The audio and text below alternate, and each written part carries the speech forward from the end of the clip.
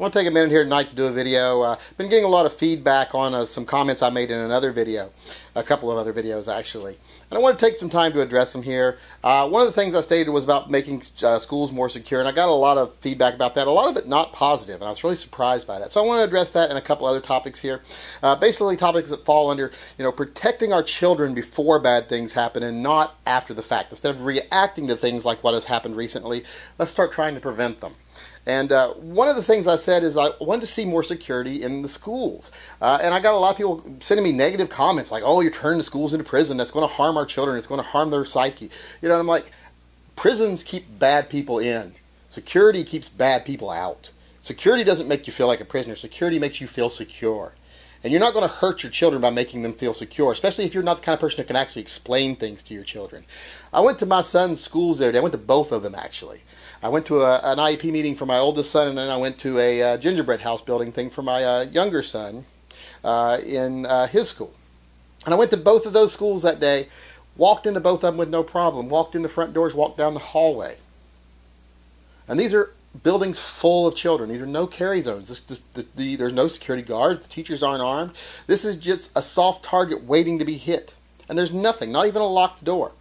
In fact, I talked to a school teacher at Costco today who talks about how they actually have security doors on their school, but their principal doesn't allow them to lock them because it causes too much of a hassle during the day and it makes it feel like they're not inviting.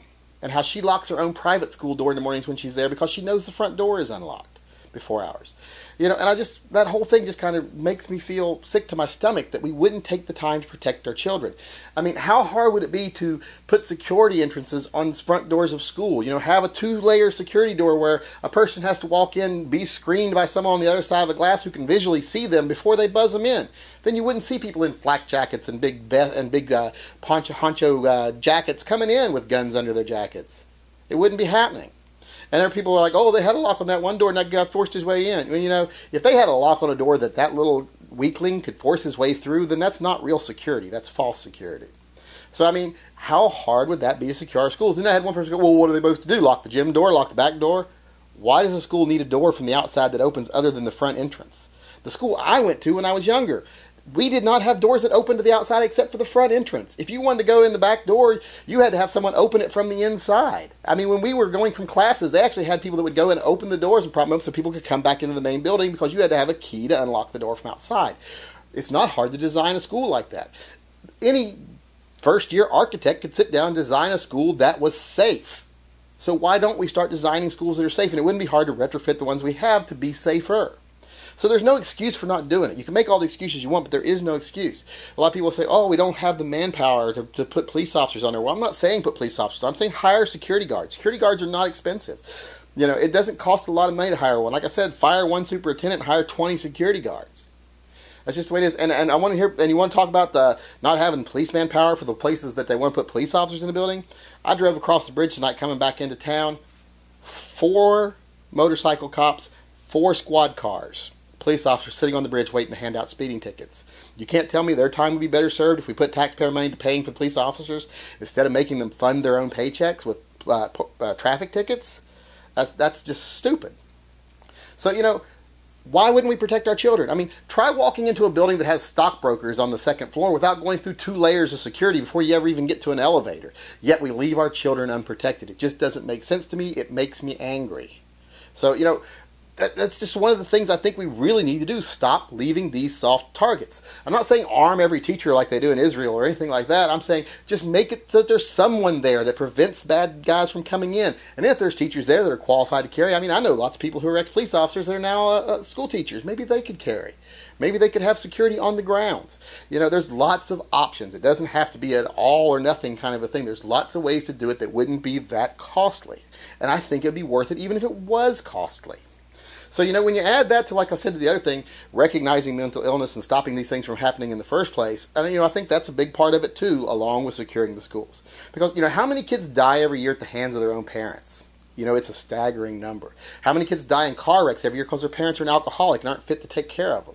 I mean, children die every day because of mental illness and other types of illness that people have, or just inadequacies that some people have. We need to start trying to deal with all those things. And the easiest part of that would be securing the schools. That's much easier than dealing with the actual root issue. So that reactionary tactic would work very easily and would be very effective, if you ask me.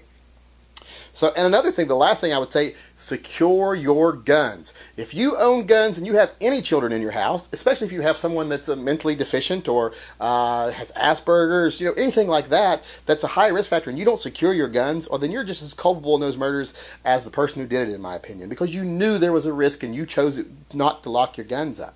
Now, I'm a firm believer of lock your guns up even if you don't have people of risk in your house. You don't want people just wandering in and have easy access to them. We've had 2 shootings in the past couple of weeks, and both of them were with taken guns. Guns taken from someone else. Guns that shouldn't have been able to be taken from someone else. So just a locked safe would have solved both of those problems. So there's things we can do now to prevent these things from happening instead of keeping reacting to these things as they happen. Instead of doing ridiculous stopgap measures like, well, we'll just take everyone's guns away, which isn't going to work. There's so many guns already out there, you're not going to take them all away. You're not going to be able to push anything like that. It's not going to work. And even if you took the guns away, there'd be other ways for people to harm each other. So let's start doing the things we can do now that are easy to protect our children, and worry about the bigger things later. Let's worry about building a good healthcare system and a good mental health system as we can. But right now, let's do the easy stuff.